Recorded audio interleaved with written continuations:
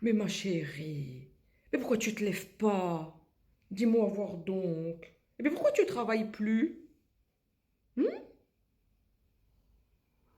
Mais tu n'as rien, c'est dans ta tête. Moi, je te le dis, c'est dans ta tête, ma chérie. Et tu veux pas aller t'habiller un peu, là? Parce que tu ressembles à rien du tout, hein. Faut vraiment faire quelque chose, là. Ça va pas du tout, là, hein. Eh oui, ça va pas. Puis souris voir, là, parce que vraiment, là, si tu mets pas du tien, on va pas y arriver non plus. Tu veux pas sourire un peu, là, t'es toujours en train de faire la gueule. Oh, puis t'es pas maquillée, puis t'es pas coiffée, mais c'est quoi tout ce petit coin là? Faudrait peut-être remédier aux choses là, hein? Oui, t'es un peu blanche, tu trouves pas? Hein? T'es un peu blanche. Qu'est-ce que t'as fait? Qu'est-ce que t'as? Mais c'est... Oh, mais je comprends pas, tiens. Faut que je me pose la question. Ouais. Puis il faudrait peut-être sortir un peu là, parce que t'es trop à la maison là. Faut sortir, faut prendre l'air là. Il faut t'aérer, c'est pour ça que ça va pas. C'est pour ça.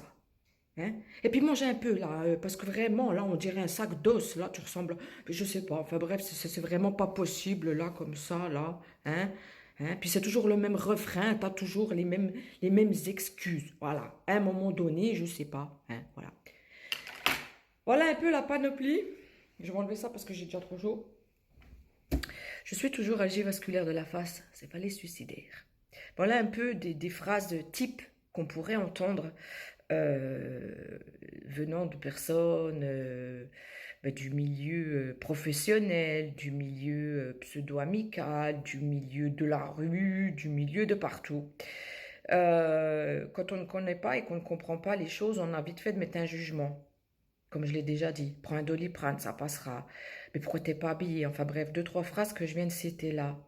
Mais en fait, ce quotidien-là, et c'est pour ça que nous sommes là pour rendre visible l'invisible, ce quotidien ne peut être compris que par celui qui est ouvert d'esprit, ne peut être compris par celui qui va être spectateur de ces crises infernales, de cette décadence du corps et de l'esprit.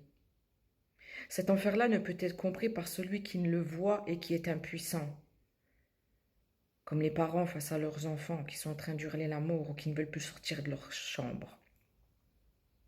Par les conjoints qui voient leur femme ou leur mari sombrer dans l'alcool le soir en attendant que les enfants dorment.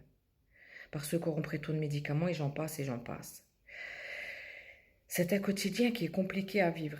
C'est un quotidien qui est pour les personnes qui le vivent déjà tellement difficile à comprendre et à accepter. Parce que ça engendre tellement de choses. Elle fait tout perdre. Elle fait tout perdre. Dans les cas les plus lourds, elle fait tout perdre. Le travail, la vie sociale, la famille et la vie. On essaye de véhiculer pour faire du partage, pour informer, pour que ça puisse arriver, même si ça n'arrivera pas, que ce soit au gouvernement.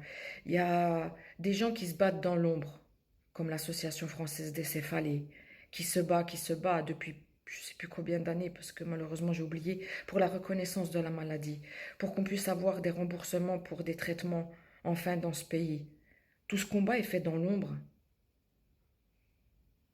avec des gens qui sont déjà atteints eux-mêmes d'algie vasculaire de la face ou d'autres pathologies. Des gens n'osent pas se montrer, des gens ne peuvent pas en parler, comme je l'ai déjà dit. Donc il y a des gens qui vont pouvoir faire des choses, véhiculer des quotidiens, des petites phrases comme ça, qui sont dites à n'importe quel âge, parce qu'on peut les entendre étant ado, comme étant parents, comme étant âgés.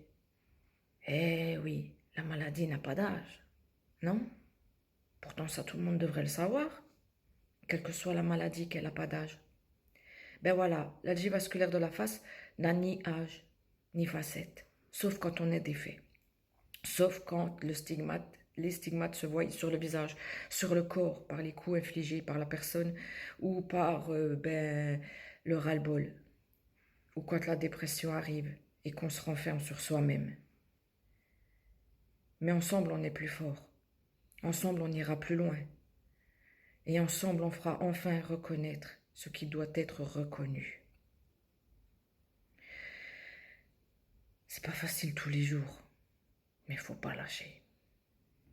Un petit bout de notre enfer dans un monde presque parfait.